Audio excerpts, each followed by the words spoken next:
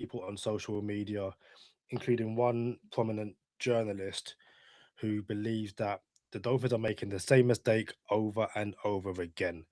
To delve into all of that and more, I am joined by the host of Go Time Dolphins, Charlie. Tell everyone what time it is.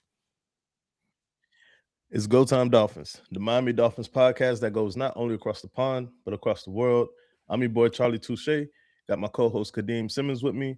It's always for the fans and by the fans.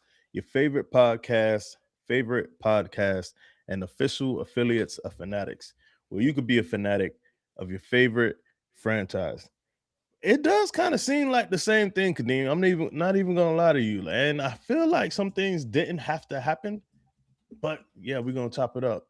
We got Sherrod Steve with us today. That It's we crazy do. because there's no more like introduction. Though we got a guest now. We Sherrod Steve is on the podcast now. We got a new platform, so we're doing things a little different. About to get my camera situation fixed up, but y'all bear with me. Sherrod Steve, bro, how you been? I've been great. Been fantastic, boys. It's good to be back. It's good Good to to be. have you It's good to as be back. always. Hey, hold on. Hey, Kadeem. Why is the Scouser accent so different from all the other accents, bro? Is that a trick question? No, I'm dead serious, bro. I'm dead serious. I'm dead serious. You don't think it's different? You don't think it's like a little more extra than the others? Oh no, it's definitely different and it's different to all the others. But I guess that's like why is this like southern, like or like Alabama accent different to other accents across the US? Like for some people, the southern one is really strong compared to like I guess a New York accent or something. It's just, yeah, I don't know why it's so different, but You like know what? man, We might we might have to go off and like one of these bonus times coming up soon because I feel like I don't know enough about the UK. You feel me? And I could be politically wrong here for a second, but don't some of them don't really call themselves UK or something like that? in what so again, you're asking the person who doesn't know how many days in a year there is to then try and talk about like why people don't call it the UK. I am like the worst person to ask that. But Oh, yeah, like you do have uh, you bro, do have the Steve, United Steve, Kingdom. That's sorry. Kadeem had a brain fart, bro, and Oh, I just let him die on the hill, bro. I just let it happen, like, and it was live too, so it's not like we could have really said. I could have probably saved him if I wanted, but I didn't want to. It was just good for entertainment, bro. It happens to the best of us, Kadeem. But say what I say, bro. My bad. We'll get back on track. We derailed fairly quickly, bro. Does it feel like the same old Dolphins, Sherrod Steve? Does it feel like we're doing the same thing over and over, or does it feel like you know what this time it might be different? no, I'm jumping on today, going against the grain. I am 100% on board. I wish I had a conductor hat with me right now because Hmm. I am Team Solly. Like I don't think like anyone else is. I absolutely love what he's doing, and I'll be clear. If it was me, I was the GM. I probably wouldn't. I would have went into this year with just a basically tank mode with playing Ewers, and I wouldn't have signed Willis. But when it happened, my first question was how much? What was the deal? What are the details? That was huge. That was everything. And after seeing the contract and the details, I think it's great. I really, really do. The more I'm thinking about it, I absolutely love it. I feel like it's not a long commitment, but it also sends a message to the team that this isn't like a full tank necessarily. And I'm not saying that it's complicated because I think Dolphin fans are confused on what we're doing. Like, oh, are we trying to win? Are we trying to tank? Or it's all over the place. You have different opinions everywhere. But for me, without I hate the using the word tank, but this is basically a tank, but doing it so where you're like, hey, we're taking a shot where with a guy who has tremendous potential, and I trust Solly and our new head coach who had eyes on him for the past 2 years. And for people who are like questioning, hey, he's got a short sample size. Their sample size is not short. Their sample size is massive. They've had one-on-ones. They didn't go to a combine and watch him throw balls one full day. They didn't sit down in an interview and, have a nice 2-3 hour talk or a dinner. No, they had extensive time with this guy. So I feel great about that. Can I jump in quickly? So go ahead, Kadeem. So you mentioned they've got a bigger sample size. They was in the building with him for 2 years in Green Bay and now my question to you is, does practice matter? Because it's practice. He was running scout team, if not, the backups. And if you look at his, especially 2025 tape, and I did go back and watch it, it's not bad. It's very impressive. Like, take away the win-loss, which to me isn't a quarterback stat. There's not much more Malik Willis really could have done, unless he was going to throw the ball and catch it himself. But it still is only 4 games and 1 or 2 starts in Green Bay last season. I thought it was 3 games. I thought it was 3 games. It might be 3, but even so, like, we're not talking about 6, 7, 8, 9. We're talking a handful of games, and I think for me, it's he might look great in training, but I'm sure Tua did as well. So at that point, it's just like, well, looking good in training is one thing, but when the lights come on, I need you to do more. However, I will caveat by saying there's not much more Malik Willis could have done outside of throw the ball and catch it himself. Like, he put on some great film in 2025 with the Green Bay Packers.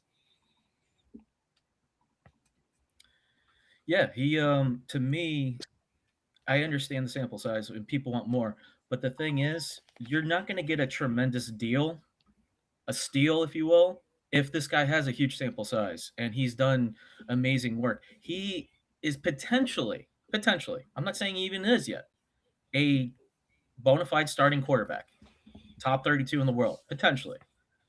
If we're paying him $22 million a year, that's basically the number, roughly. How do you not see that as a tremendous value? Even if it's just as simple as the reward outweighs the risk. After 2 years, we can cut ties completely. And the thing is, what I like about this move, it prevents us from actually going out and being aggressive with other positions. If we added, hypothetically, we took that $22 million and we got a O-lineman and a corner. Those aren't going to be all-pro players, most likely, around 10, 12 million a year. Those are going to be solid starters, potentially, right? Will 2 solid starters really make the difference on this team with Quentin Ewers playing quarterback? No. To me, this is... So let me answer that, Steve. How about this? My thing is, not for this year, right? So the money that was allocated to Malik Willis can eventually just vanish in 2 seasons after we get out of the contract with nothing to show for it. But if you do add someone who will be on the team for more than 2 years, the money was put in you would hope to think a good place. So my thing is, I want, bro, Sully, Halfley, Malik Willis, all 3 of them seem like quality individuals, like human beings, which is I like it for myself. You know what I'm saying? So they all seem like quality individuals. So I want to root for it. But you said, the fan base is a little confused. The confusion comes where you paid Malik Willis $45 million to probably not be on the team 3 years from now. You know what I'm saying? When you could have paid somebody else this money to be on the team 3 years from now to be a part of the rebuild. So that's why I'm like, I don't love it. I do understand it though. I do understand. It's not just about low risk. You know what I'm saying? It is about low risk. It's like, one, he's gonna bridge the gap between now and the quarterback, the rookie that we get. That's where I'm just going. Quarterback that we get. Now, here's the thing. Here's the thing. Even if he performs, there's a chance Sully is like, Malik might be the quarterback of the future anyway. So we might not have to draft that quarterback. But for my dollar, Sherrod, Steve, I feel like you have to take a quarterback in the first round, regardless of how good Malik Willis looks. I think you have to do it and play it safe, because the repercussions of not taking a quarterback next year and trusting Malik Willis is, well, now he doesn't look as good one season removed, and you missed the 2027 draft where there's 8 quarterbacks coming out. So my question to you is, I understand the low risk and buy low and all the other good stuff, and he's getting backup quarterback money, or however you want to say it. Do the Dolphins take a quarterback in the first round of 2027, the draft? This is so simple. And I mean, I don't know this for a fact, but let's just look at Green Bay's history. How have they done it for the past 2+ decades? They draft a guy in the first round and they sit him. And they don't sit him for a year. They sit him for multiple years. What year did Aaron Rodgers start for the Green Bay Packers? Year 3? Why can't this be a situation like that? This is how his brain has been trained. This is what we do. We bring in talent and we groom them. We don't rush it. And we don't even have to call Willis a bridge. What we can call him as a valuable asset. And then if we draft an Arch Manning or whoever, we groom him for 1, maybe even 2 years. We roll with Willis. And then guess what? After this year, if we extend him or whatever, we can trade Willis. He's going to be valuable. He's a starting quarterback in the league if he does well. You don't think we're going to get some nice compensation? Yeah. Make sure you add that if he does well. Make sure you add that if he does well, Steve. Like that's a pretty big if right now. Why is it? I would rather have Willis than Tua today. There's no that's not a. Oh, so this is where we're going. Steve, we're talking about the state of the Miami Dolphins right now, bro. The quarterback position is in a better state than it was last year. This is what I'm saying. If we're rebuilding, go ahead, Kadeem. I was just going to say, because you mentioned, this is what Green Bay does, Brett Favre to Aaron Rodgers to Jordan Love. The problem is that that's Green Bay with Brett Favre to Aaron Rodgers to Jordan Love. We aren't the Green Bay Packers. We're the Miami Dolphins. And we don't have a Brett Favre and we don't have an Aaron Rodgers right now. What we have is a quarterback who failed horribly in Tennessee, who even he admits it wasn't the best situation. He was a backup in Green Bay, looked good in his appearances, but he's coming into a gutted roster. So if he does well, absolutely brilliant, well done, like hats off to you.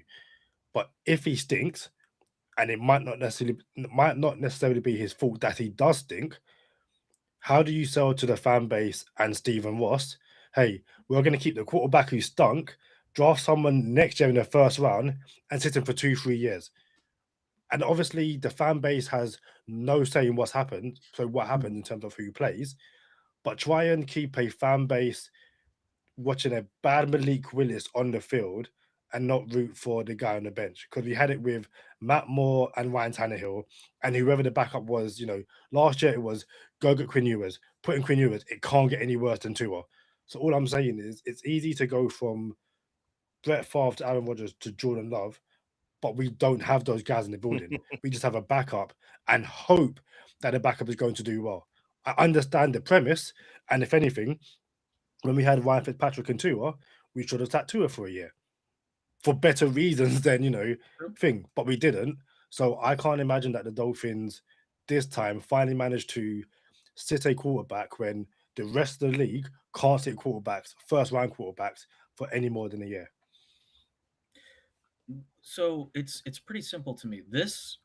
What are your expectations? I think we're number 1 or projected to be the number 1 pick next year right now in Vegas, right? Like odds right now, today.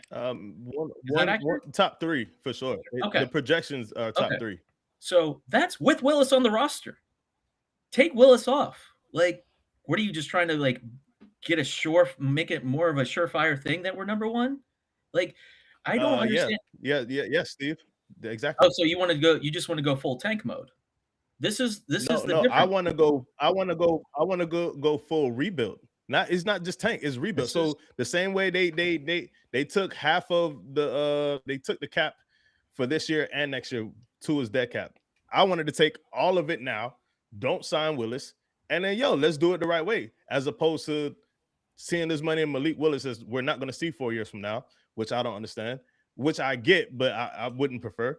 And then now you're definitely in position to get a one of the quarterbacks in a draft in the top 5 next year.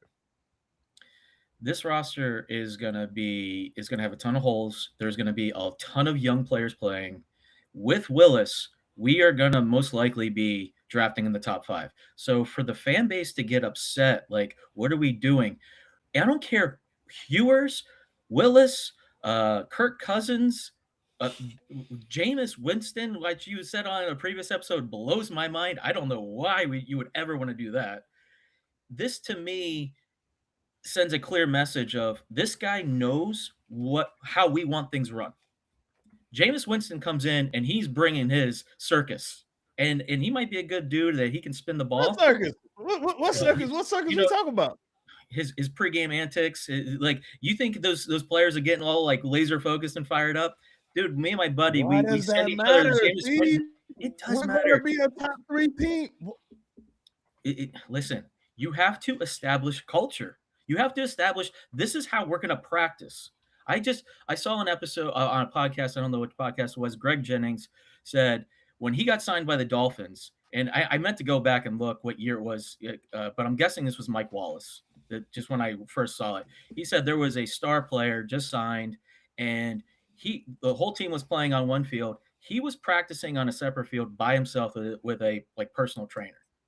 And Jennings is like, "What is this? What is going on?" And then basically they come to Jennings and say, "Yeah, we're kind of hoping you can help us with this situation." I'm paraphrasing what he said. Like, what? That's not my job. That's what Jennings said. You didn't sign me to deal with drama like this. I'm here to play ball. This is the point. You have to have leadership from the top saying, this is how we're going to conduct ourselves as a professional. This is how we're going to practice. Willis will come in and set the standard. He knows how to conduct himself under this regime. That's a huge deal to me. All right. So I'm going to touch on this real quick. It doesn't have to be Jameis Winston. It could have been Justin Fields for $3 million. That's all I'm saying. Like, there's still a bridge you can connect without having to spend $45 guaranteed million is what I'm saying. So that being said, to talk about what you just talked about, I don't believe that the culture, the locker room, I know we all have PTSD here as Dolphin fans, but the culture of the Dolphins is not as bad as the culture of the Dolphins of the Adam Gase and pre-Adam Gase. This is not that culture anymore. You know what I'm saying? We didn't lose because of culture. We lost because of injuries and Tua not showing up the last 2 years and Tua being sabotaged the first 2 years. You know what I'm saying? So it wasn't a culture thing. Flores was there for Tua's first 2 years. The coaches started getting cleaned up with Gase at the end of Gase's tenure. Our culture isn't terrible anymore like it used to be. So when you were talking about with the Greg Jennings, yeah, that was peak prime. Yo, what is going on in Miami? That's why cocaine Cowboys. You know what I'm saying? So yeah, but at the same time, I don't think that we have that problem anymore. Shout out to friend of the podcast, Bradley Chubb, by the way, who's like, yo, I want to come back to Miami before it's all over with. Just said that 2 days ago on the Teron Armstead podcast while he's on the Buffalo Bills. You know what I'm saying? So it means something. You feel me? My thing is, yeah, bro, I hear you, Steve. I really do. But what happens though? All right, yeah, we get it. What happens if we go quarterback next year, or if we don't go quarterback next year? That's even worse. But we go quarterback next year, and Malik Willis isn't good, because that's not the example that you propose. What happens then? Now we got a rookie quarterback, top 5 pick, and we don't have the bridge quarterback that we wanted. Now what? Yeah, anyone you sign might blow their knee. Like, this is what you do when you sign a player. Like here's my thing, and this is, you don't have to go in depth with it. Who would you sign, Charlie? Who's your quarterback? If Charlie Touche is the GM of the Miami Dolphins, who are you rolling in this season with? Straight up. I told you it would have been the likes of Justin Fields. $3 million. So He's gonna bridge the gap. We're not gonna spend. So when Justin Fields is not on the team 3 years from now, we only did it for $3 million, like guaranteed. You know what I'm saying? As opposed to 45 million, where that 45 could have went into key pieces that will be a part of the rebuild. Justin Fields will not be a part of the rebuild. This is saying Malik Willis will be. Malik Willis will be a part of the rebuild, and we trust him to be a part of it, which is cool. And bro, they could hit this. They could get this right. They could get this right. But at first, it was, we're not really rebuilding. We have some pieces in place. You know, we got Achane, we got Waddle, we got a D-line. Like, we can win now. I'm sorry. I don't want to say win now. But we can. It's not going to take us long to bounce back. Everybody was talking about Broncos. Oh, Broncos did it. Broncos did it in 1 year after they moved on for Russ. And all they did was replace the quarterback. It's a little different here. We done tore it all down. This is a fire sale without advertising the fire sale. We had the fire sale, but didn't we advertise it? So it's like, this is a rebuild, but at the beginning it didn't look like it. So, and now we got Jordan Brooks on the trade market. It sounds like Jordan Brooks may be getting traded to the Cowboys, which you don't love, right, Steve? No, absolutely not. I stated on this podcast, I think towards the end of last season, who are the players I'm keeping, and Jordan Brooks was one of the names I mentioned. This was before he was mentioned as an All-Pro.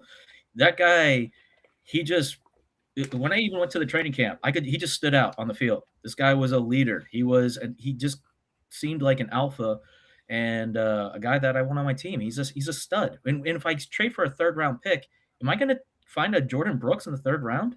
I don't think so. At least not day one. I agree. So, I agree, Steve. Now, if someone wants to give me a first, or like, something crazy, then okay, then I'm obviously gonna listen to everything. I'm open to anything for sure. But there's probably 4 players I'd say at this point: Paul, Brewer, Zach, and Brooks are who I'm keeping. Brooks. Yep. Yeah. Yep. Those are probably the 4. Kadeem? We have a bunch of comments. Thank you everyone for joining us on a Sunday evening in the UK, Sunday afternoon in the US. Shout out to Kenneth Robinson. Says the draft will determine it. Too much social media, premature judging. Not even a month from the draft. He tells everyone to chill already. Shout out to Michael. He says they will do great. Draft will be like usual. They pick who they want, not we as fans really want. I love the draft every year, but I learn quickly. I'm not the one picking. It usually sucks bad. Also says happy weekend regardless, fellow Finn fans. To talk about Malik Willis, Alderman says that Malik is taking on a big burden to be a quarterback on a rebuilding team. Was he loyal to Sully and Hafley in taking this role? Shout out to Crochet Caro. Says Green Bay do 6 quarterbacks. Michael talking about his draft plans. I want Sadiq bad. I want Drew Allard bad. Jets will probably get both. What we can do though is folks say we need O-line, D-line trenches. I'm like, it's a rebuild. Get best player now. Keep building. Get O-line later in the rounds. So many comments. We'll get to more later. I appreciate everyone. If you can like the video, share it. Let's have a great Sunday evening. Steve, you asked Charlie who's quarterback, and again, I do get it. If the Dolphins could be in a situation where Malik Willis genuinely does well, say the Dolphins win 5 or 6 games this year, and Malik Willis plays brilliantly. Like, you know what? He's going to be our quarterback of the future, to the point where you might not need to draft a quarterback in the first round next year because we're actually going to extend Willis, and we think for the next 5-6 years, this is going to be our quarterback. To me, that will be the best case scenario. I do not believe there will be 8 quarterbacks taken next year in the first 2 rounds. Some guys aren't going to be drafted or going to choose to go back to college. And we say this all the time. There's going to be 6-7 quarterbacks, and half of them tend to be busts anyway. But no, I do see. Did you just say you don't believe it's going to be 8, but it might be 6 or 7 in the first 2? No, I said that every single year we think there's going to be 6 or 7, and then as in 2024 we look at the 2025 class and be like, oh my days, all these guys are going to come out, and then half tend to go back to school, and then even the ones we think are going to be great, like a Drew Allard, Nasamaya, end up being nobodies because they just don't have that kind of season.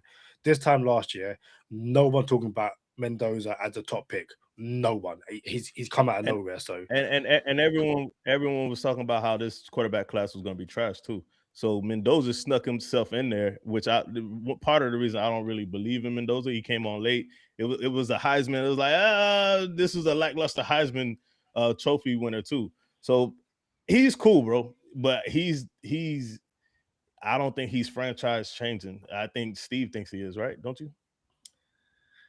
Yeah, there's something about him that he just seems to be wired for it. I think he's gonna be all right, man. I mean, he throws a great ball, and he's a machine. I hate to even say the comparison, but it's that guy number 12 that he reminds me of. He just it's you don't see a ton of athleticism, and then you need to get 5 yards. This guy's getting it done. So he just he seems like a winner to me, and I love that coach in Indiana. He is what he's done is absolutely remarkable. yeah, no, the Raiders at the very least are looking like they're setting them up, to come in and be good right away with what they're building. But I think I mentioned previously, like I probably wouldn't have gone down the Justin Fields route, but to me, Kyler Murray made more sense than Malik Willis in terms of he might not have the same upside as Malik Willis. But if you look at a quarterback who can play off schedule, scramble, has a good deep ball, and you can get him for the vet minimum, I probably would have gone Kyler Murray. I do understand With the the Dolphins, thought process we talking about for the Dolphins. for the Dolphins, yeah. As in, if we're moving on from Tua and the quarterbacks who are going to be available this offseason, I would have gone Kyler Murray over Malik Willis for the cap alone. But I can see both of you do not agree with me. Kadeem, it not forget about talent on the field. Do you think Murray's personality would handle this rebuild, this depleted roster well? You think that guy's going to be showing up the first in, first out, grinding away, saying, "Hey, youngins, show this is how you do it. This is how you're a professional in the league." Do you think that's the guy that you want to reboot your culture with? But that's the thing. I would like. He's talented as hell. Like the guy can. Yeah. He can spin it. But I'm talking There's as the face of your franchise, because that's what he would be. That's what you would want to start your foot. Like, that's what Sully would want. Well, first and foremost, I would have, in terms of my preference of quarterbacks, I would have kept Tua. I'm on record. I would have kept Tua. I then would have just started Quinn Ewers if I'm moving on from Tua. But if I'm bringing in a quarterback outside the building who has some upside, quote unquote, it would have been Kyler Murray. In my opinion, there wasn't much out there. And I understand people talking about, the Call of Duty clause in the contract, which got leaked and then got taken out. Like, I understand all of that. I'm just talking about, in my opinion, the Dolphins didn't have the cap space, although they actually did, to go and get Malik Willis. Malik Willis would not have been my choice. I would have taken Kyler Murray over Malik Willis. But I also understand the personality concerns that comes with a Malik Willis. I do get that. One thing I will say very quickly. Kyler Murray, I think you meant Kyler Murray. Sorry, no, yeah, Kyler Murray, yeah, no, you're right. Yeah, one thing I will say, and you spoke about not getting rid of Jordan Brooks because, he's a leader and doing things the right way. If you're going to reset a culture, surely Minkah Fitzpatrick is the kind of person you want in the building. Like we've heard firsthand about, Minkah. He doesn't play games, serious 24/7, reads his Bible, just a great dude, always shows up on time, and they shipped him. Which again, I personally think he didn't want to be in the building. But if you're going to reset a culture and keep, your Brooks and your Zach Sealers, surely Minkah makes so much sense to keep. I agree, bro. Oh well. Oh no, that's it. I agree with the Minkah and Jordan Brooks. If we're talking about resetting, rebuild culture, yeah, you got the right guys in there. Zach Sealer on the defense already. Bradley Chubb. Now I understand the numbers too. Chubb, on the other hand, his numbers was out of there. Like, all right, bro, we're gonna have to take this loss. This is a loss that we really don't want to take, but we wish you could have been a part of this with Brooks and Sealer and Fitzpatrick, right? But this Kyler Murray thing is a little different. I ain't gonna get on you too bad, you know what I'm saying? But we're talking about, can you imagine you draft a quarterback and the guy, the 22-year-old that comes into your locker room has to learn from Kyler Murray? That I couldn't do that, bro. I can't even get it out of my mouth, if I'm being honest with you. That's assuming that Kyler, like some people, it takes getting cut and going elsewhere. Like, you know what? I need to change my mentality. And it's one of those things where, like, I don't know. Hall of Famer Chris Carter. Hall of Famer Chris Carter changed his life forever after he got cut. Yeah, like some people need to be cut and be told, hey, like you have one more chance. You get this wrong and you're never playing again. Like teams aren't going to to stick around. I totally get the skepticism, the people in the comments laughing. I totally get it.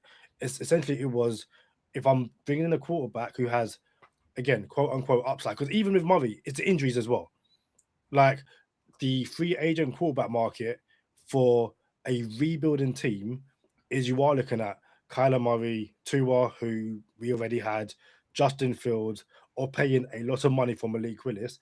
And at the time, I didn't think we had that money, especially when they were talking about like 30 million a year. Like, fair play to the Dolphins for bringing that number down. But I was talking about purely from the Dolphins have no money. What quarterback are you bringing in? Malik Willis wasn't part of that conversation because I didn't think it was a feasible person to bring in. So this is why I'm so frustrated, and I don't understand. There's a lot of intelligent Dolphin fans out there that are just confusing me because I don't understand the two examples we just gave. We gave Justin Fields went to Pittsburgh. He had it served up. You have a talented team around you. You have a great coach. I'm not saying it was like offensively they had superior talent, but they have a ton of talent on defense. Overall, the team had talent. It's a good team. A 500 plus team, like he's always done it throughout his career. And then he loses his job to Russell Wilson, who we saw just hold up, Steve. How many games? What was his record before Russ came in? Justin Fields. Yeah, he was doing fine, but he couldn't stay on the field. Tomlin chose. But I'm saying he still had a winning record before Russ came in. And okay, that's fine. That's fine. Everybody, bro, the whole football world was like, why are you taking Justin Fields out? You guys are on track to make the playoffs. And then it was proven that it was the right thing to do because Russ came in and it looked even better. So it wasn't just Justin Fields wasn't good. It was Russ was better for Pittsburgh because he still had a winning record. Okay, fine. And then the next year he goes to New York and then just gets whatever you want to call it. Tainted. The guy. Planes, bro. Yeah, no, but that's my point. That's my point. I don't want somebody that experienced that trauma bringing that into my locker room. Like, bro, that poor guy. But where is he now? He's in KC, Kansas City, which is a pretty good place to land after the Jets. And I agree with you. But let's face it, he wanted to go there. There was someone else was going to pay him more. I think, and he's like, no, I want to go to KC. He needs to learn how to play quarterback. That's a great landing spot. And I think Kyler Murray landed in a great spot. I think he's going to have a great year because he's has a great coach and great talent on offense. I think it's a good fit. But for us, for our situation, I think Willis is the slam dunk. I mean, there's the video of him going to the combine, the suitcase on the side of the road, giving a homeless guy some of his clothes. Like, and that's not staged. Like, this guy seems to be, like we said, all these guys seem to be good dudes. It goes more than that, though. They were a part of a culture. That is, I mean, I don't want to like beat it down to where it's like we get it culture. But at the end of the day, you at least have to say, this is what our plan is. And at least we have a plan, because with Grier, we didn't know. We were going to try to get a good value signing with a guy that had injuries or this and that. It was all over the board. We just didn't it was kind of hard to predict because everything was on the table. With this regime, I think it's going to be significantly more predictable. There's not going to be, super aggressive free agent signings, even when we have money. I don't see us, being that team that, I mean, we're going to sign guys, but we're not going to we're going to try to build with it. We're going to try to retain. We're going to try to do it the Green Bay way. And they may not have won a ton of championships up in Green Bay the past few decades, but they are a consistent winner. year in and year Stability. out.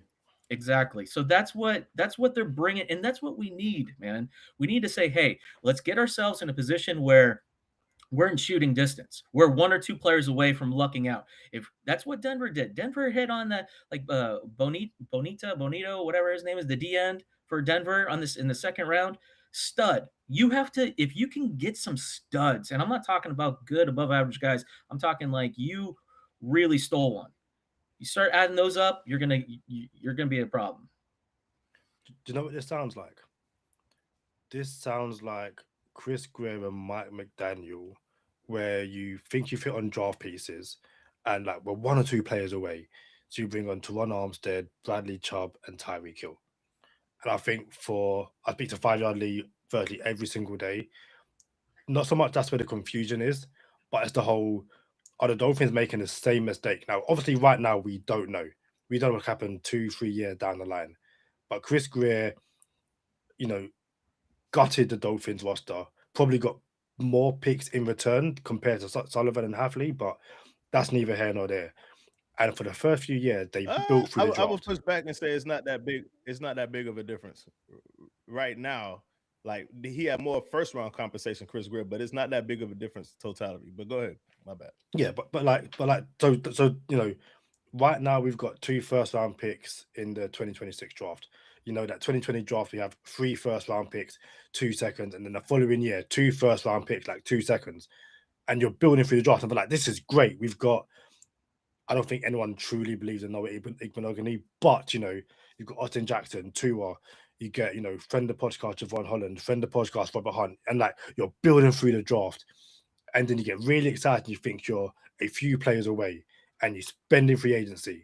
And again, I'm not tarring Sullivan with that same brush, but I'm also not saying anyone to like temper their expectations, but. And I never quote this guy, but even Omar Kelly was like, this is the exact same thing that Chris Grier was doing at first. And it can be very interesting to see if they do start hitting on players and we are 1 or 2 players away, whether the Dolphins do start spending in free agency. Because again, we aren't the Green Bay Packers.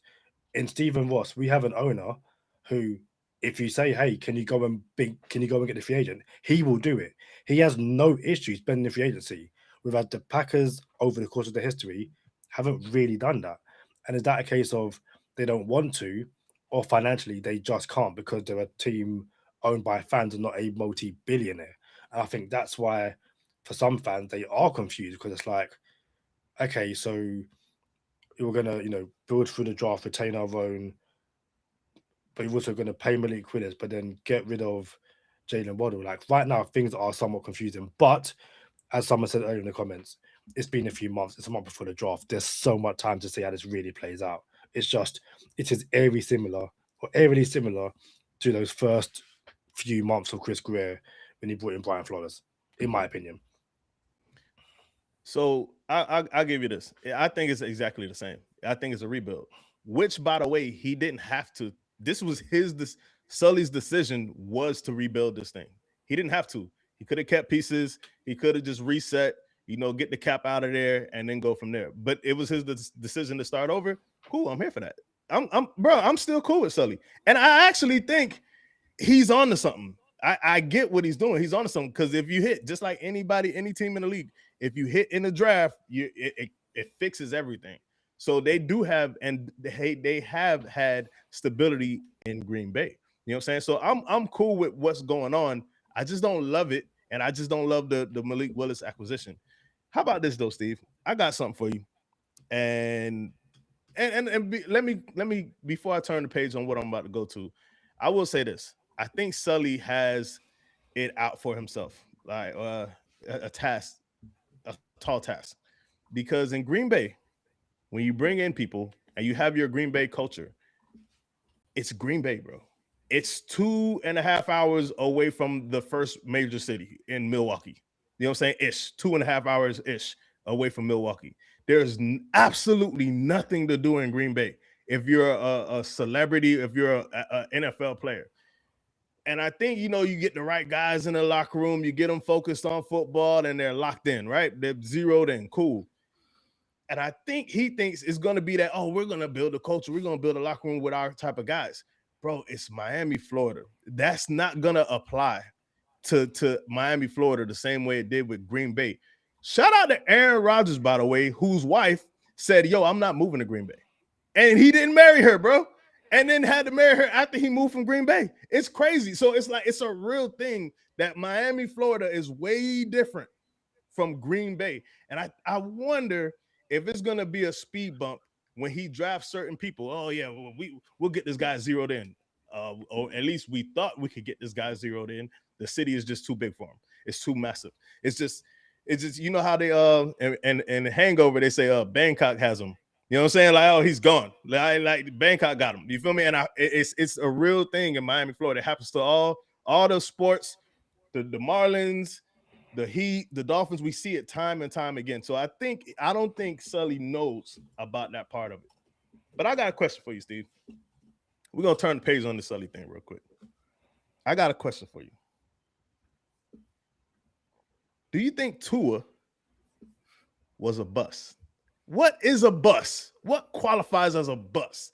And was Tua a bust? Yeah. Tua was a bust. I mean, when you get picked 5th overall as a quarterback and you don't have one playoff win and you leave the franchise, yep. I don't care. You just describe that for any player that's ever played in the NFL. You were a top 10, top 5 pick at quarterback for that franchise. You never won a playoff game. Yeah. What other way is there to see it? So a bust is classified differently for different positions. Is that what you're saying? So like Jadeveon Clowney, he's not a bust. Is he a bust? What's going on here? No, I wouldn't call him a bust. No. I mean, he produced not to the expectations of where he was drafted, but he's had a long NFL career. I mean, now he's in the twilight. Oh, you said doesn't win a playoff game? You're a top 5 pick that doesn't win a playoff game? Is that what you said? Oh, yeah. No, the quarterbacks are at a higher standard for sure. You manipulate the game more so than any other player or position on the field. So absolutely, you're held at a higher standard. So what's the window? What's the window of a bust? Like, 7 years, 6 years, 5 years, 4 years, first contract, 10 years. Well, when is it? All right, the window's closed, you're a bust. When you leave the franchise. Like, I don't have to say it's that's 4 or 5 it. When you leave the franchise, so it's over. And now we get the ghost of Tua in our facility haunting us with this contract. So this man just to this day is. Hold on. Hold on. Hey, so RG3 is a bust. RG3 was a bust. Yes. Yeah, this is easy. Andrew Luck. No, he was Andrew Luck. He retired early. That was his choice. That man had a lot of football left in him, and he played at a very high level for multiple years. So I wouldn't call him a bust because he left on his own terms. We kicked Tua's behind out the building. That's different. I don't think Tua was a bust. I think he failed in. Hold up. Yeah, I think he failed in Miami, and I'll be very clear. I think we failed him the first 2 years, and he failed us the last 2 years. And in the middle 2 years, we had magic. And I think that's very obvious. So Sam Darnold a bust? No. Oh, how's that work? Because he left the franchise in New York, and he technically was a bust in Steve's definition, but he won a Super Bowl, so now he's not a bust. So you can rebust, like you could retro date or yeah. How do you do this thing? You can reverse the narrative. You can reverse the narrative. Yes, it's possible. But so once upon a time, Sam Darnold was a bust, but he's no longer a bust. Well, he's a paper plane. You just got done telling me about Justin Fields, how we can't take that serious. But now, what are you talking out both sides of your mouth here, man? Can I just add something very quick? So you mentioned you mentioned Sam Darnold was a paper plane, and Charlie said before that the Dolphins are just a Cleveland Brown. At what point did you just say, well, Tua was a Dolphin? Because, like, okay, it's like Ryan Tannehill. Ryan Tannehill doesn't win a playoff game in Miami, goes to Tennessee, gets the first seed. And it's just like, is it not just, are the Dolphins now a franchise where we are as bad as we are as bad as Browns and the Jets? Like, we are just a poverty franchise, and it kind of doesn't matter who we draft or who we pick up because we're just a bad team. Like, at what point do we just accept that that's just who we are? No, That's crazy. No, I don't believe in that whatsoever. I'm sorry. We I know you don't, Steve, but we're here for you, bro. Hear this. You tell me, Charlie. Tell me what you were just barking about 2-3 years ago. I guarantee Tua is going to win the Super Bowl in what, 2023, 2024. It was rookie contract. It was rookie contract. He guaranteed Tua would win the Super Bowl game on a rookie contract. That's what it was. The Super Bowl in his rookie contract. This wasn't. No. This wasn't a thing you said one time. You pounded the table for years about this, and now, come on. Explain that to me. Yeah, I'm here for it. And I told you, Steve. Yeah, the Dolphins failed Tua the first 2 years.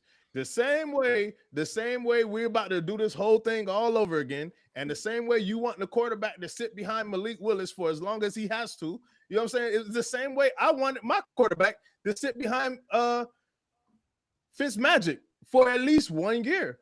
Which, by the way, we were like 4-2 when Tua came in and wasn't ready to come in, and no one in the front office even knew this was going to happen except for the head coach. The OC didn't even know it.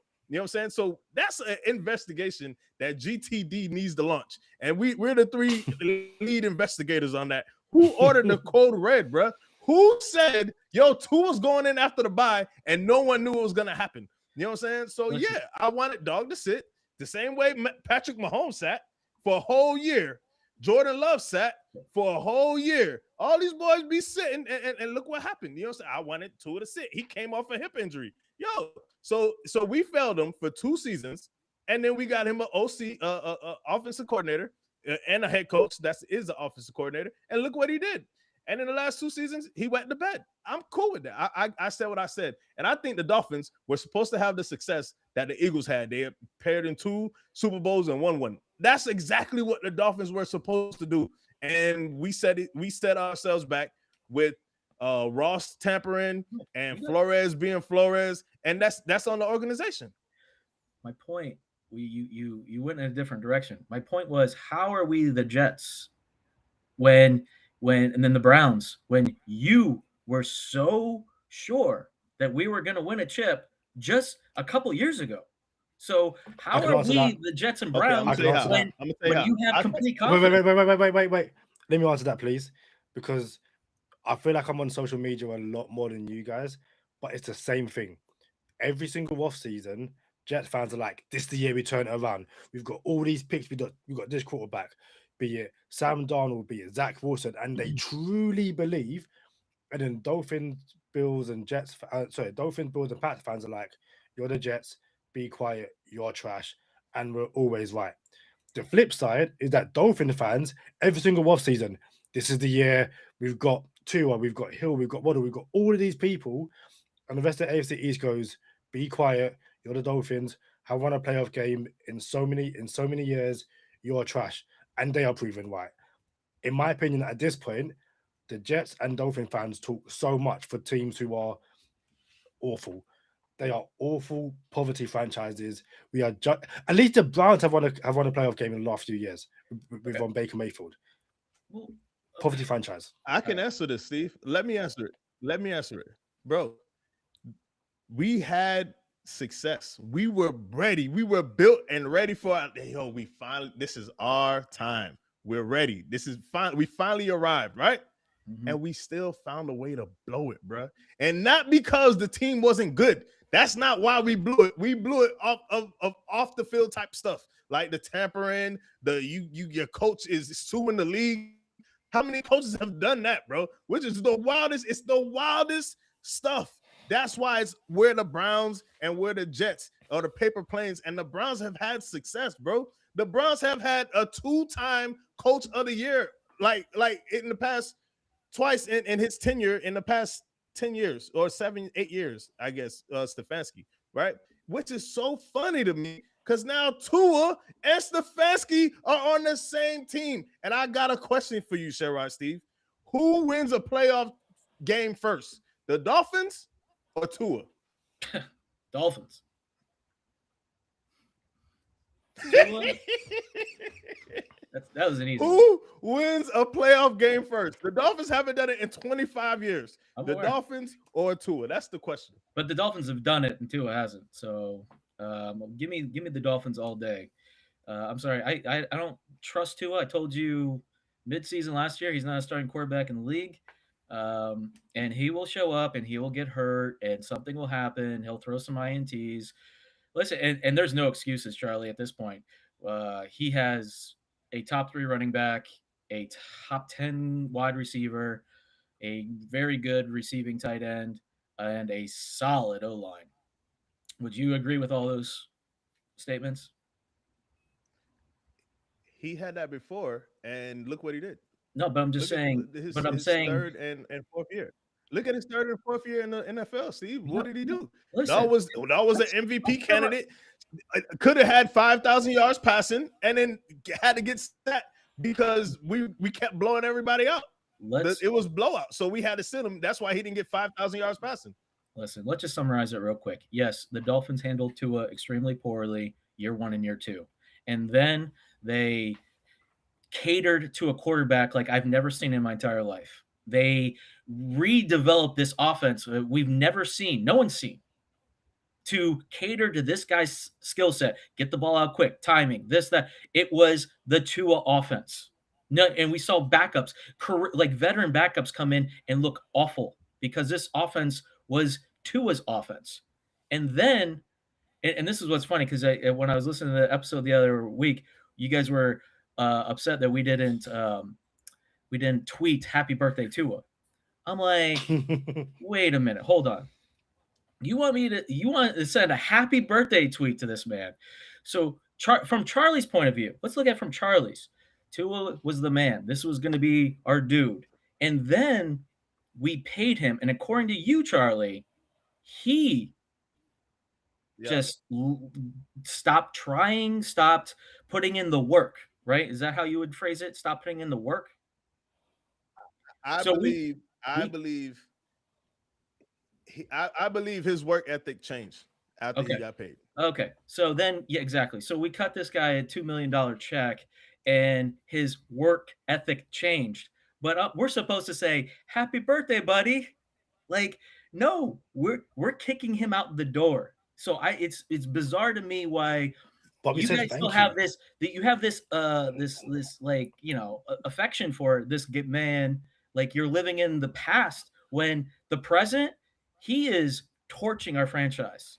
We gave him a horrible deal. He's untradeable. Do I call that out though, Steve? In the present, do I call it out though, Steve? When in the present, do I call it out about Tua failing us? Yeah, but now you're changing your tune, saying, "Well, he might be winning a chip now." After you said this man, he doesn't. No. Steve, man, you acting? You don't know Baby D, bro. You don't know Baby D. Don't do that, bro. Don't do that. I just said I got Tua winning the playoff game before the Dolphins. That's what I said. Okay. And if he does go Sam Darnold on us, I'm not gonna be surprised if he does it. You know what I'm saying? Like you would be bro. We might have to check on Sherrod Steve if Tua has a Sam Darnold year. Like, you know what I'm saying? So I wouldn't be surprised at all if it happened. You're lucky that Penix is hurt because, I mean, he wouldn't even have a chance to start. Oh, so that's why it wasn't. I could have swore Sherrod Steve said Tua's not going to start another game ever. So now it's only because Penix is hurt. So okay, Sherrod Steve, bro, I hear you. I hear you, bro. I hear you. I just make sure you draft him. Draft him on your fantasy team, Charlie. I've got the Brooks conversation. Hey, it's time for you to get back in the league, bro. I've got the Brooks conversation, but I didn't know if you wanted that for overtime or not. I got something for overtime, actually. But we'll start it up with Brooks, and we'll start with Brooks, and we'll end overtime with something else. Then I guess it's funny saying get us into overtime with no music, but it is what it is. Yeah, it's just a transition that has to be had, Kadeem. That's all. We professional. We gotta make the transition right. We're not professional actually, but I'm just saying this is entertainment. Shout out to everybody in the comments, man. Shout out, and it's even more so entertainment when Sherrod Steve is on the episode. Shout out to everybody in the comments. Hey Charlie, question. So what you got for us, Kadeem, for overtime? Steve had something very quickly. Steve, what's up? Real quick, Charlie. Does Tua beat out healthy Penix? Yes. Okay. Simple. So I don't know why I did that. We got the quarterback rankings coming up, by the way. Quarterback rankings is going to come up. You know what I'm saying? We'll see what happens with the quarterback rankings. Can't wait. That's going to be fascinating. Trevor Lawrence was damn near a bust, by the way. Can't wait. Did Herbert win a playoff game yet? We can't wait to see where you got Tua. That's what everyone wants to see, Charlie. Where you got Tua. So there's contrasting stories, but at the very least, it sounds like internally, at least, the Cowboys are discussing a trade for Jordan Brooks. And this internal discussion somehow has come to the trade would be a 3rd round pick to Miami and then a swap in of first. So I imagine the Cowboys move from 20 to 30. So the Dolphins would have pick 12 and pick 20. I just want to be clear, Steve. Hold on. I thought the trade compensation was the Cowboys are sending the 94th pick overall, which is a 3rd round pick, to the Dolphins, and it was for Brooks, Jordan Brooks, and a Miami 5th round pick. So are you saying there is a 1st round swap involved, meaning the Dolphins go from 30 to 20 because the Cowboys pick at 20? Are you saying that was a part of the conversation? So the issue people have is that the report that the Cowboys are interested in Brooks is that someone has said that they are discussing that internally and that there's been no conversations with Miami. And then people have somehow, and I guess it's sources, rumors, all that kind of stuff. There's different trade packages, essentially going around. And one of the trade packages is the Cowboys send a 3rd round pick and pick 30, so pick 20, and then the Dolphins send Jordan Brooks and pick 30. So it's a swapping of 1st round picks. So yeah, the Dolphins move up from 30 to 20 and give the Cowboys Jordan Brooks. So yeah, that's why. Yeah, share wide, Steve. You mentioned earlier, if someone offers a 1st for Jordan Brooks, but what is a scenario in which you do trade Jordan Brooks, or is it a case of I'm not trading him unless someone gives me a quote unquote Laramie Tunsil trade package? No, that would be beyond shocking if we had some kind of Tunsil situation, but this is news to me. I guess I glanced at it and didn't look at the details. I just thought it was a straight up a 3rd round pick, which I was like, absolutely not. That is, I'm just going to hang up the phone immediately after that offer. But the additional information of going from 30 to 20, that makes it a little more interesting. I will acknowledge that. I mean, that's a 10 spot jump in the 1st round. That's not nothing. I think at that point, I'm going to throw a counter, but we're probably not that far off. Maybe like another pick next year thrown in the mix. I would consider it. Charlie, how about you? So if it on face value, if it was Cowboys 3rd round pick, which is 94 overall, for Jordan Brooks and the Dolphins 5th round pick, in essence, that's just a 4th round pick. So we're trading Jordan Brooks away to acquire the value of a 4th-round pick. I'm not signing up for that. I don't love it. Now, the problem is if we keep Jordan Brooks, he might be in a position where he's like, oh, I don't want to be here for a rebuild. I led the league in tackles last year. And next thing you know, when it's time for the rebuild to really commence, which is 2027, and Jordan Brooks leads the league in tackles again, but on the worst team in the league, he might be done. And he might be burnt out like, I'm done here. And then we didn't get nothing for Jordan Brooks. So when you add the idea of moving from 30 to 20, that is the equivalent of a 2nd-round pick. That if there was no other variables in this trade and the Dolphins traded up from 30 to 20, we would have to give the Cowboys a 2nd-round pick. So the idea of us doing this and still receiving everything else, that's a really, really, really good deal right there. That's really good value. I would absolutely have to do it. It's a rebuild anyway. For some reason, people don't think it's a rebuild. Like, it's clearly a fire sale now. And although I want to keep Achane, I still think we need to start acquiring assets for 2027 to get in position just in case Malik Willis wins us 6 or 7 games and we're out of the top 6. That's going to be problematic. So I think we need to start acquiring assets for 2027 to get us our quarterback of the future. So if it's a pick swap with 30 to 20, I'm absolutely taking it for Jordan Brooks. Yeah, I said before the season ended, if we're rebuilding, everyone can go. Jordan Brooks falls under the everybody category. It's a difficult one because Jordan Brooks turned 29, I believe, in October, and he's in his last year of his contract. So how much money are you giving essentially a 29-year-old who's still 28 at the moment? You know, you're 28 until you're 29. But how much are you giving someone who turned 29 this season? It's difficult. It's something I probably aren't best to answer, which is weird given I have a Dolphins podcast. But like in most things, it depends on the compensation. If we're able to move from 30 to 20 and get a 3rd-round pick, then yeah, I would do it. Outside of that, though, again, who's really giving you anything better than a mid day 2 pick for a player in his last year of his contract, who's nearing 30? So it's a tough. I'd lean towards trading him unless you can get him to extend his contract on somewhat favorable terms, because yeah, as we mentioned before, a Jordan Brooks, captain, all pro, will be great to be a centerpiece of this rebuilding Dolphins defense, and especially given that Hafley is a DC as well.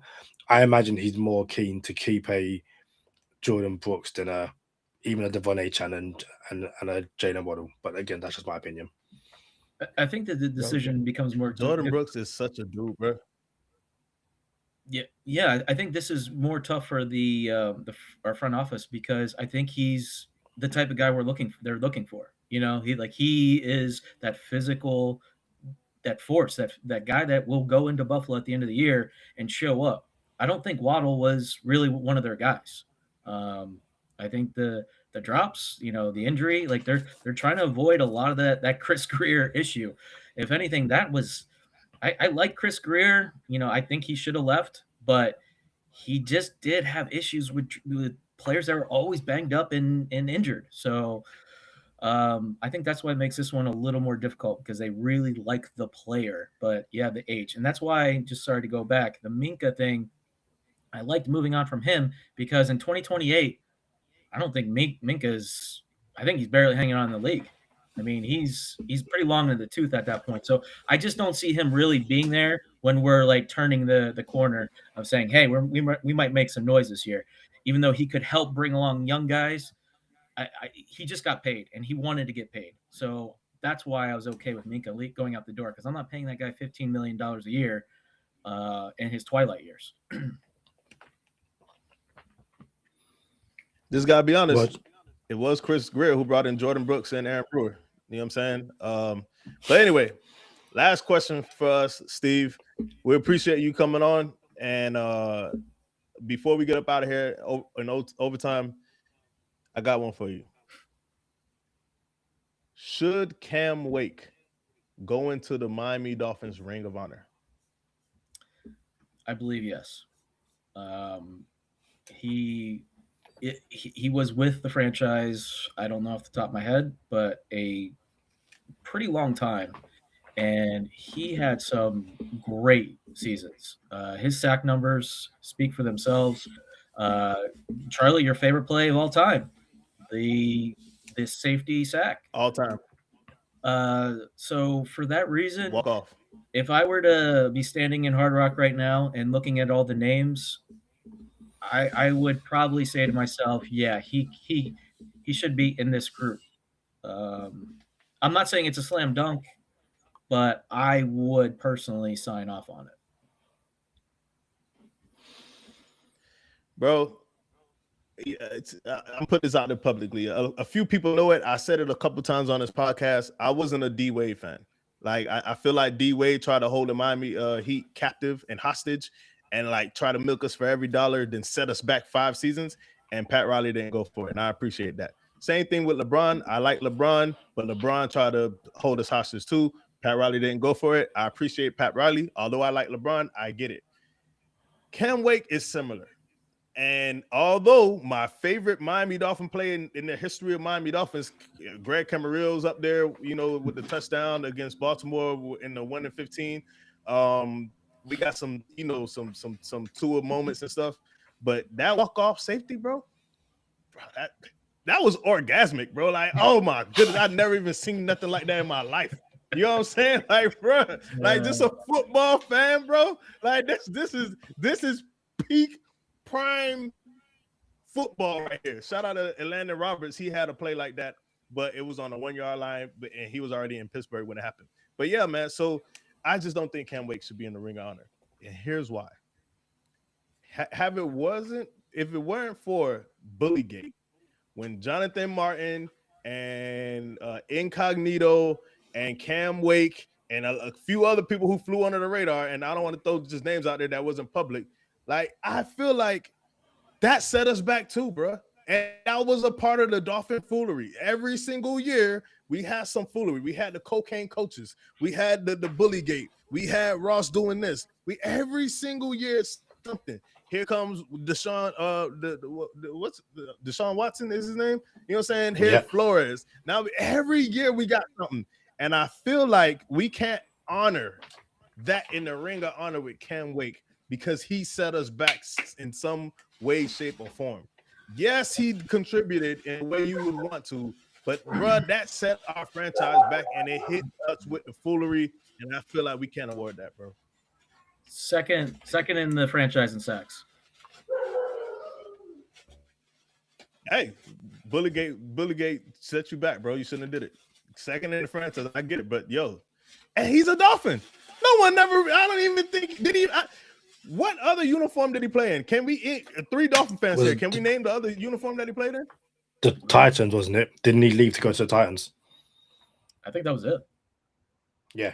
I think he was. That's pretty good. Yes, but I can't tell. I can't. I think he came out with the Giants, like undrafted, and then he went to Canada. So technically, I think it's just the Giants, Dolphins, and I thought he went to Canada. Yeah, he definitely was Canada. We got him from Canada. I can't confirm or deny. I can't confirm or deny. I can't recall Cam Wake in a different uniform. I can't.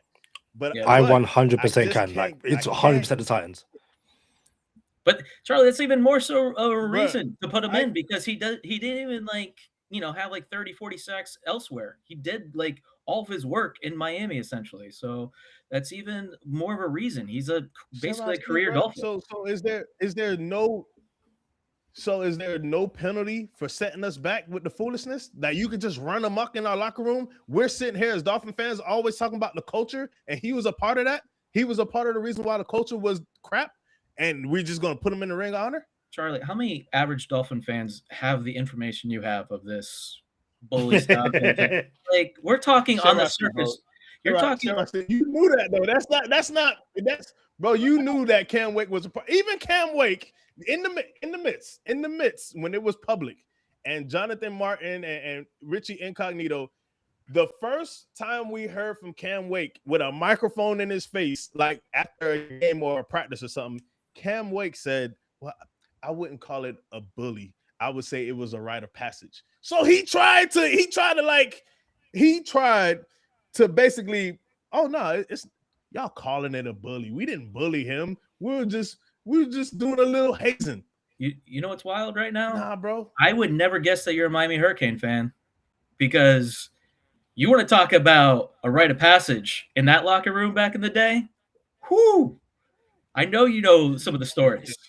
You get in the middle of the floor right now. We're talking about kids, though. Those are kids. No, kids in college. No difference, Charlie. Those are kids in college. We're not talking about grown men millionaires.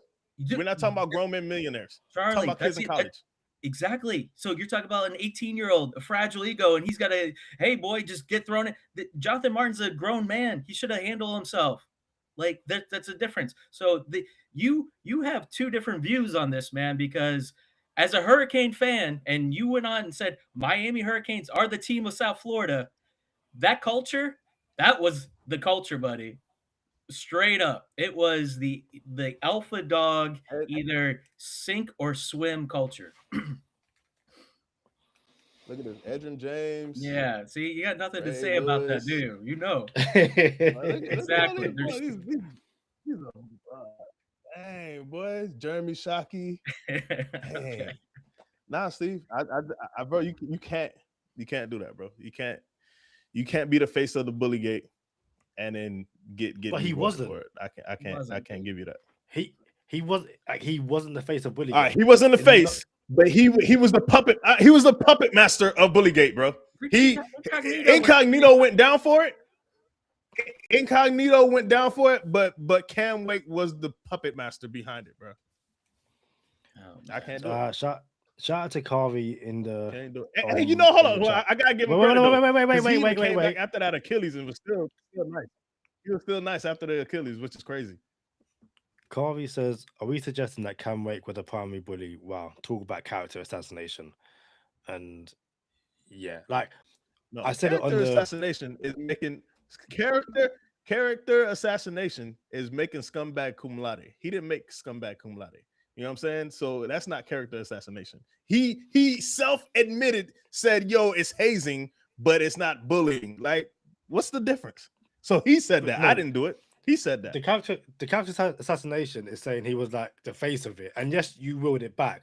Sure. But to make it seem like he was a core team captain of the Bullygate team, when people he was, bro. He was, and now he wasn't a face. I had to walk it back. He was definitely the puppet master, though.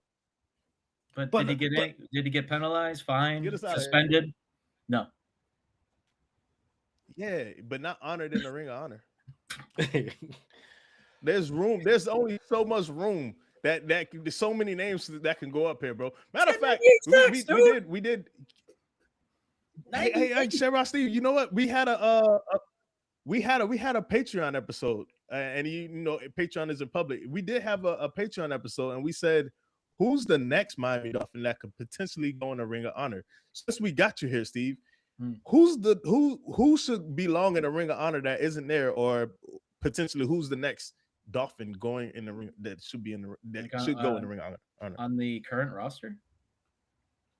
Just in general. No, just history of Miami Dolphins. They're not in the Ring of Honor now, but who do you think? This person should be in the Ring of Honor. Do you have anybody for us? If it's nobody, it's nobody. That's fine. Yeah, I'm trying to quickly go through my head. I mean, Xavier Howard, no. Trying to think of guys that would, because you have to be, an all-pro. You don't have to be a Hall of Famer, but you have to have played at an elite level. I think Cam Wake, he does fit that bill. Like he's that dude. I know he does, bro. So I had a name, and let me know as a lifelong South Floridian Miami Dolphin fan, what you think about this. How you feel about Orlando Murray? We had a great run of kickers, man. Pete Stoyanovich, Lindamari, and Pete Stoyanovich. Same number, by the way. They wore the same number. Yeah. No, I loved all those guys, man. I think we really did. We had a nice run of kickers. There's one other guy I'm forgetting. There was like 3 we had for felt like 20 plus years. Pete Stoyanovich. We had Jay Feely, but no, there was someone else. All right, sorry. No, I wouldn't put him in. No. So I think Stat Check looked it up. I think he leads the history of the Miami Dolphins in points. Is that accurate, Kadeem? Yeah, I'll double check, but I'm pretty sure he does. But it doesn't, just because you lead in points doesn't mean you make the Ring of Honor. But I thought if there's anybody, I think it's Orlando Murray. That's just me. And if there's a lifelong Dolphin fan out there that disagrees, let us know. There's a comment Cat for Life said around there Gaston, and I don't think he did enough, but I think he's beloved for sure in Miami. I don't think he qualifies though to OJ McDuffie around there Gaston. OJ McDuffie. Oh, that's another name right there, OJ. But I would have to look. Did he do enough? But yeah, we might need to get the juice back on the podcast. Holla at him. Hey, why you not in the Ring of Honor, bro? Is Ricky Williams in there? No, he's not in there. He needs to be. If he didn't smoke so much, he would have been. No, it's everyone does. So? This is nonsense. That guy was phenomenal, absolutely phenomenal. A joy to watch.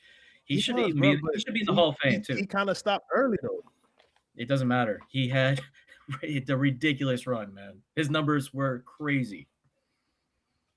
He was one of the best running backs I've ever seen in my life, by far. Like, he's top 5 for me.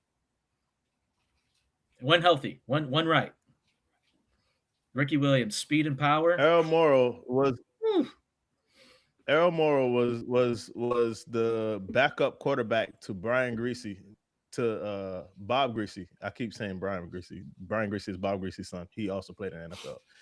Bob Greasy's backup was Errol Morrow, and Errol Morrow is actually the quarterback the undefeated season. Yep. Everyone thinks it was Bob Greasy, but Bob Greasy got hurt.